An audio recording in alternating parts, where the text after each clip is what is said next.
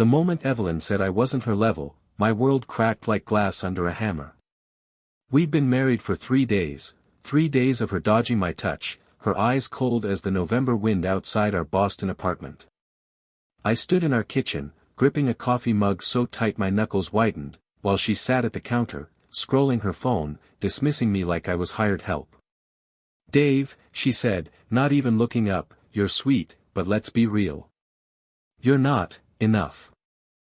Her words sliced deeper than any knife, and in that instant, I knew love wasn't enough to hold us together. But I also knew I wasn't the nobody she thought I was. I'd spent years building a life for us. I was the guy who worked late at the auto shop, fixing cars until my hands bled, just to afford her dream wedding. I was the guy who believed her vows, who thought her smiles were real. But that morning, as she tossed her auburn hair and laughed at my hurt, I saw the truth: Evelyn had married me for something else. Not love. Not even stability. Something darker. And I was going to find out what. The next week, I played the part of the wounded husband. I kept my head down, nodded at her excuses, and let her think I was broken. But inside, I was burning. I started watching her, really watching. Her late-night phone calls, the way she'd lock her screen when I walked into the room, the names she'd mention in passing: Marcus, her old college friend; Laura, her coworker who always seemed too close. I wasn't paranoid. I was awake. And when I found the burner phone hidden in her gym bag, with texts from Marcus that read like they were planning something, I knew I wasn't just a husband anymore. I was a man with a mission. I didn't confront her. Not yet. Instead, I followed Marcus. He was tall, polished, the kind of guy who wore suits even on weekends. I tailed him to a bar in South End, where he met Laura, blonde, sharp-eyed, and way too familiar with him. They leaned close, whispering, glancing around like they knew they were being watched. I stayed in the shadows, my heart pounding, piecing it together. Evelyn wasn't just rejecting me. She was part of something bigger, something that made her think she could toss me aside like straw. That night, I sat in my truck outside our apartment, staring at the burner phone I'd swiped. The last text from Marcus read, "He's clueless. We move next week." My blood ran cold. Move what? Money? A plan? Me? I didn't know yet, but I swore I'd make them regret underestimating Dave Harper. What were Evelyn, Marcus, and Laura planning, and how deep did their betrayal go? The burner phone became my obsession. I'd wait until Evelyn was in the shower, her humming masking the clicks of my fingers on the keys, and I'd dig through her messages. They were careful, too careful. No outright confessions, just vague hints: "The account's ready, he won't suspect, Laura's handling the paperwork." My gut churned. Were they stealing from me? Setting me up? I had no fortune, no secrets worth stealing. But Evelyn had married me for a reason, and I was going to find it. I started digging into Marcus. He wasn't just some college buddy. A quick search on my laptop, while Evelyn was out running errands, revealed he was a financial advisor with a shady reputation. Clients complained of missing funds, but nothing ever stuck. Laura, I learned, was his assistant, not Evelyn's coworker. The lies were piling up. I felt like a fool, but a fool with a plan. I followed Laura next, parking outside her sleek downtown office. She met Marcus daily, always in private, always with briefcases. One night, I tailed her to a storage unit in Roxbury. She unlocked it, slipped inside, and emerged with a small black bag. My mind raced: drugs? Cash? Evidence? I needed to know. I waited until she left, then jimmied the lock. Inside, I found files, bank statements, property deeds, and my name on half of them. They were forging my signature, transferring assets I didn't even know I had. How? I owned nothing but the shop and our apartment lease.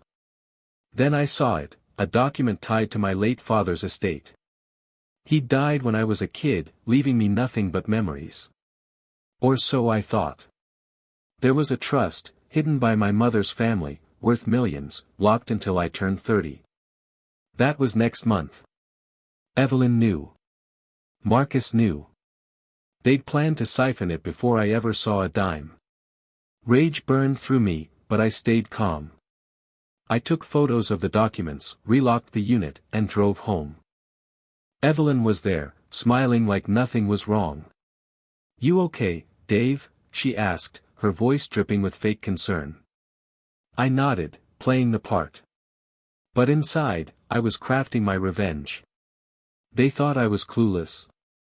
I'd show them just how wrong they were. What would Dave do with the evidence, and how would he turn the tables on Evelyn's scheme? I couldn't trust anyone, not even the cops.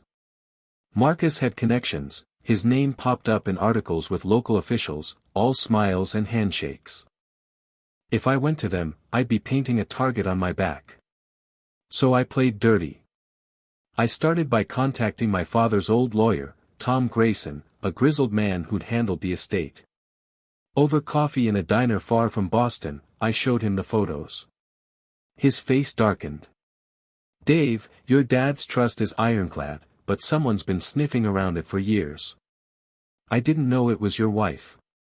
Tom helped me freeze the trust, no questions asked. Evelyn and her crew wouldn't know until they tried to cash in. But that wasn't enough.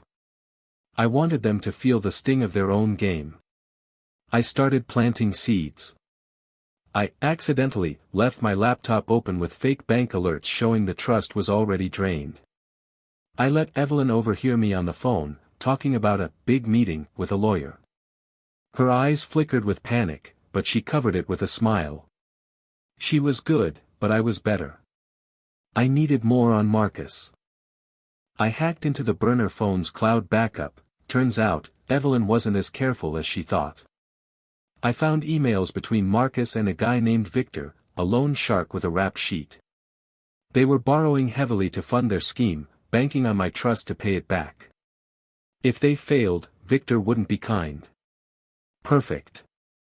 I sent Victor an anonymous tip, hinting Marcus was planning to skip town with his money. Let them eat each other. Then Laura slipped up. I followed her to a cafe where she met a nervous guy named Ethan, who handed her a flash drive. I couldn't hear them, but Ethan looked scared, glancing over his shoulder like he expected trouble. I tailed him to a rundown motel. He was nobody important, just a tech guy they'd hired to fake documents. I knocked on his door, playing the heartbroken husband. "I know what they're doing," I said. "Help me, and I'll protect you." Ethan spilled everything. Marcus was the brains, Evelyn the bait, Laura the muscle. They'd done this before to other suckers. I had enough to ruin them, but I wanted Evelyn to look me in the eye when it happened. That night, she came home late, smelling of wine and Marcus's cologne. "Busy day?" I asked, my voice calm. She froze, then laughed it off. But her eyes betrayed her. She knew something was coming. Would Dave confront Evelyn now, or did he have a bigger move planned? I didn't confront Evelyn. Not yet. I wanted her to feel the walls closing in, to squirm like I had when she called me less than her. I kept up the act, doting husband, oblivious Dave, while I set my trap. Ethan was my ace. He was terrified of Marcus and Victor, so I promised him a way out. "Give me the flash drive," I told him at the motel. "I'll make sure you're clean." He handed it over, shaking. It held forged signatures, fake IDs, and a timeline for draining my trust. They'd planned to frame me for fraud if I got suspicious. Cold-blooded. I used the drive to my advantage. I sent copies to Victor, anonymously, with a note, "Marcus is playing you." I knew Victor's type, paranoid, ruthless. He'd tear Marcus apart before asking questions. But I needed more for Evelyn and Laura. I started leaving clues for Evelyn to find, a printout of a bank transfer with her name, misplaced, in my truck, a text from a burner phone I'd bought, hinting I knew about Marcus. She got jumpy, checking her phone constantly, snapping at me over nothing. I could see her unraveling. Laura was trickier. She was sharp, always watching. I followed her to a gym where she met a guy named Nate, a beefy enforcer type. They argued, and I caught Trust and Dave's onto us in their hushed tones. Nate was their backup plan, someone to handle me if I got too close. I wasn't scared. I was ready. I slipped a tracker on Nate's car, a cheap one I'd bought online. It led me to a warehouse in Dorchester, where I saw Marcus and Laura unloading boxes. Cash. Weapons. I didn't know, but I recorded it. That night, Evelyn tried to play sweet, cooking dinner for the first time in months. "Dave, let's talk," she said, her voice soft. I knew it was a trap, she was fishing to see what I knew. I played dumb, but my mind was racing. Victor would move soon. Nate was a threat. And Laura was too smart to ignore. I had to act fast, or they'd bury me first. What was in the warehouse, and how would Dave use it against them? The warehouse video was gold. I zoomed in on my phone, watching Marcus and Laura haul crates marked with chemical symbols. Not drugs, something worse.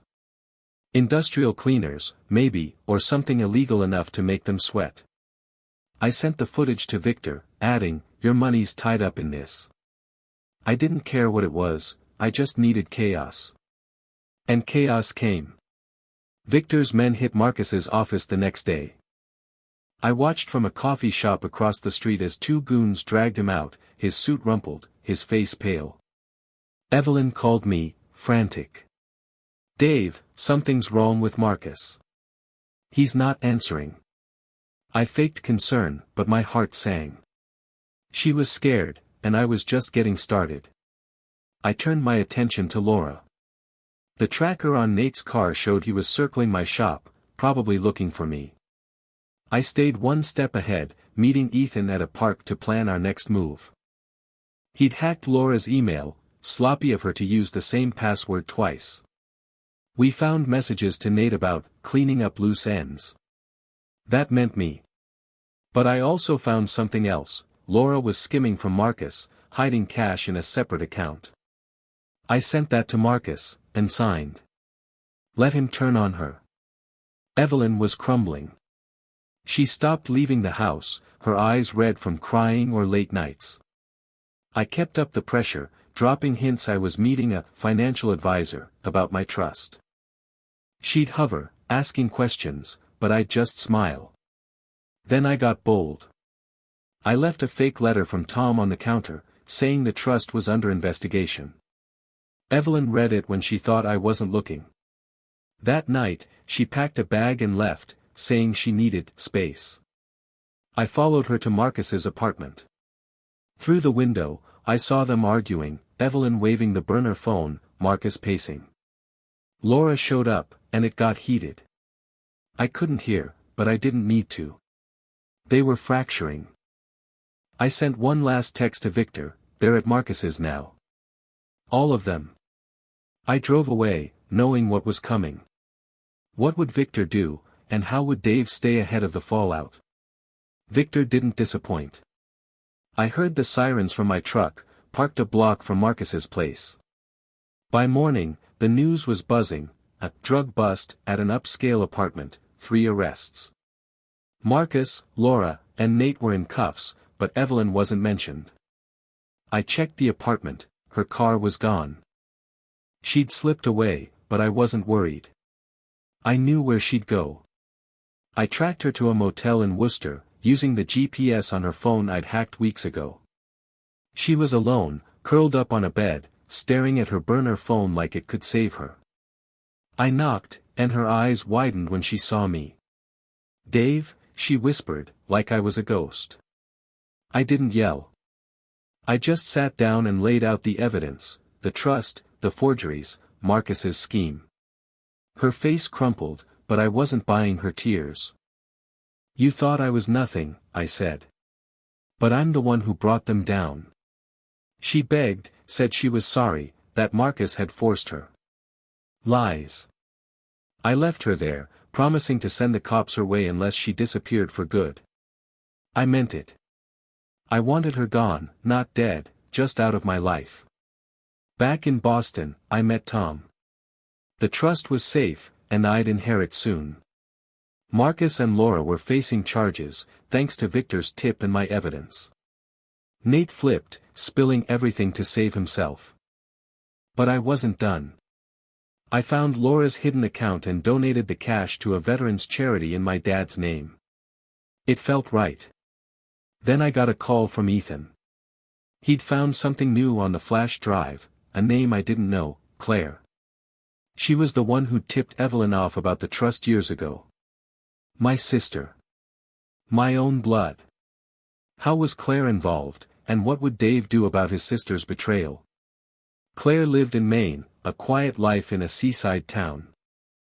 I hadn't seen her in years, not since Mom's funeral, when we'd argued over nothing and drifted apart. Finding her name on that drive hit harder than Evelyn's betrayal. My sister, the one who taught me to ride a bike, was part of this. I drove up to confront her, my hands shaking on the wheel. Her house was small, weathered by salt air. She opened the door, her face softening until she saw my eyes. "Dave," she said, stepping back. I didn't waste time.